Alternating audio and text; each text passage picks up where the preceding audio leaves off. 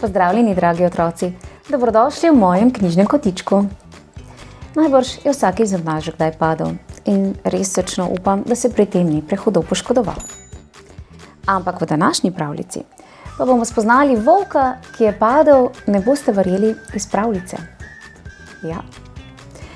In ker mu je bilo strahotno dolg čas, se je odpravil na pot poiskat pravljico, iz katere je padel. Mislite, da mu bo uspelo najti tisto pravo pravljico? Predlagam, da se udobno namestimo in prisluhnemo slovenski pravljici z naslovom O volku, ki je iskal pravljico. No, pa da vidimo.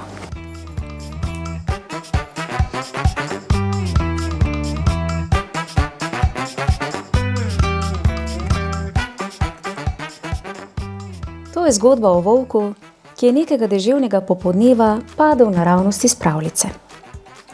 Pri padcu se je tako poškodoval, da mu je na glavi zrasla velika buška.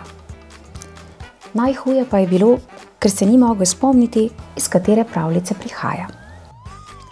Ves moker in premražen se odpravi na pot, da poišče svojo pravljico. Po dolgem času je na poti zagledal nenavaden lonček. Zdelo se mu je, da v njem nekdo stanuje. Je kdo doma? Je vprašal in potrkal na lonček. Kdo je? Je iz notranjosti zaslišal nežen glasek. Volk, padel sem iz pravljice, pa ne vem iz katere. Tako me zebe. Ali me spustiš noter? Ne morem te spustiti v svoj lonček. V njem ni prostora še za enega volka. Poskusi kje drugje. In volk je razočarano nadaljeval pot. Nato je med drevesi zagledal belo hišico z rdečo streho. Je kdo doma? Je vprašal in potrkal na vrata. Koga zanima? Je zvedavo vprašala muca, ki je v eni roki držala šivanko, v drugi pa copat. Volk sem. Padel sem iz pravljice, pa ne vem iz katere. Tako me zebe. Ali me spustiš noter? Ne morem te spustiti v svojo hišico. V moji pravljici ni nobenega volka. Če ti odprem vrata, bo nastala prava zmešnjava. Poskusi kje drugje.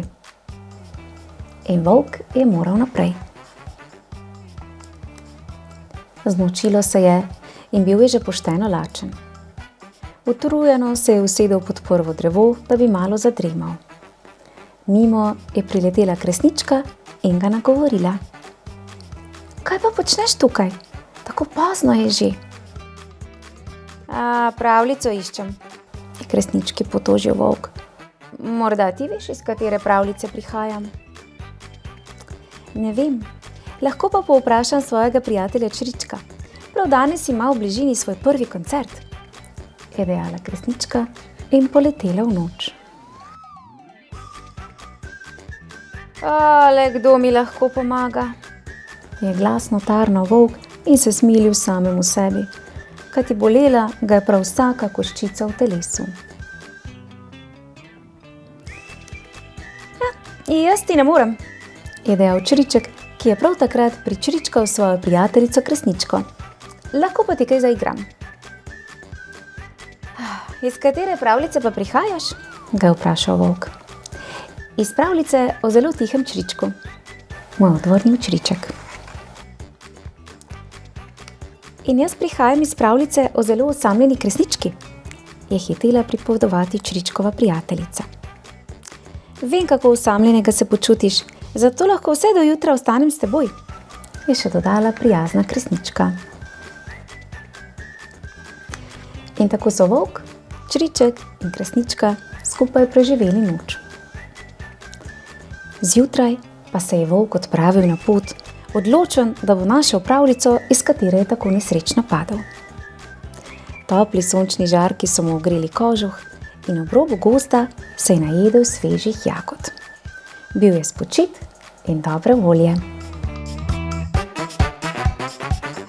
Brez mene mora biti v pravljici na smrt dolgočasno, je razmišljal volk, ko je zagledal staro leseno hiško. Zdela se mu je znana. Potem je pred hišo zagledal še majhno deklico z lepo rdečo kapo na glavi. Poleg nje je bila stara ženica. Pa lovec z veliko puško je bil tam. Videti je bilo, da imajo gostijo.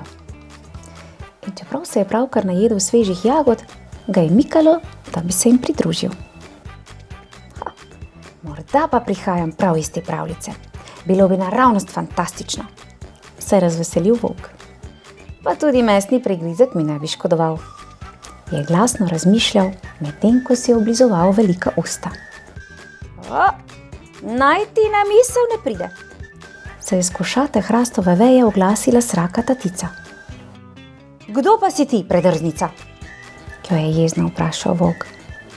Sraka tatica, kra, kra, kra, se je zadrla sraka. Sraka tatica praviš? Torej, sraka tatica, neumnosti govoriš, je zabrusil volk in zaškrtal z ostrimi zobmi. Ne boš mi preprečila, da bi se vrnil v pravljico, iz katere sem tako nesrečno padel. Kra, kra, nesrečno padel,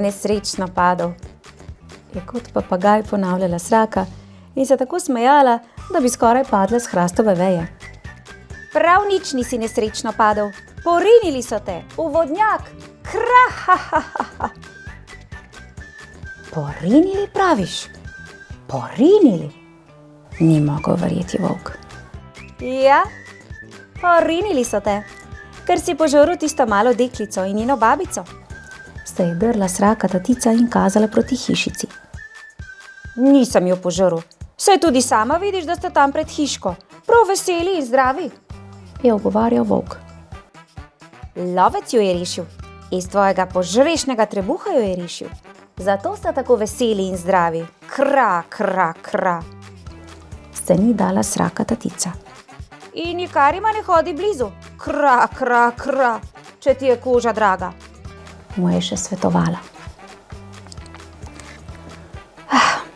Kaj pa ne zdaj?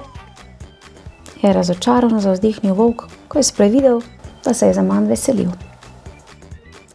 Končno je našel svojo pravljico, pa se vanjo ni smel vrniti. Ko je tako razmišljal, kaj naj stori, je na gozdni jasi zagledal mamo kozo s kozlički.